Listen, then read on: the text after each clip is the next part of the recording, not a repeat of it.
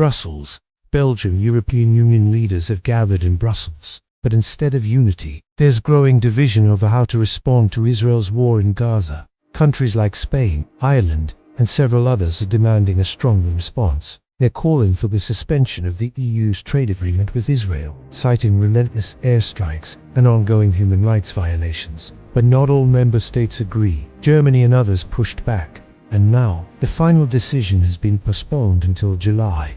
One of the most powerful moments came during a report from the EU's human rights representative, who described the situation in Gaza as catastrophic, even using the word genocide. Insert quote, "Dramatization. What I will defend today at the European Council is this: Europe must suspend its association agreement with Israel." Many fear US President Donald Trump would strike a unilateral deal with Vladimir Putin, bypassing Europe entirely. For the EU, Russia remains the biggest threat to continental stability. But here too, the EU is split. Leaders are increasingly concerned that the fragile ceasefire between Israel and Iran could collapse at any moment. The Middle East conflict has overtaken much of the EU's agenda. In parallel, support for Ukraine remains firm, but there's rising unease. Ireland has been particularly vocal, pushing for a clear, accelerated path for Ukraine to join the European Union. As Irish leaders say, this is not just about Ukraine, it's about the future of Europe itself. European economies will risk facing a punishing 50% tariff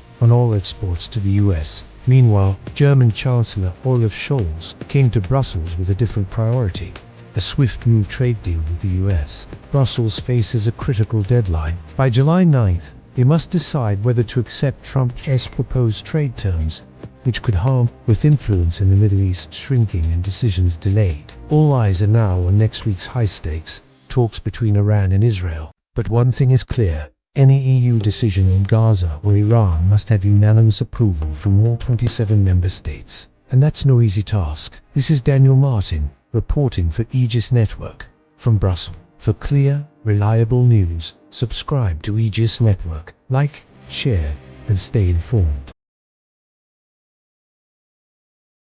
Brussels, Belgium. European Union leaders have gathered in Brussels, but instead of unity, there's growing division over how to respond to Israel's war in Gaza. Countries like Spain, Ireland, and several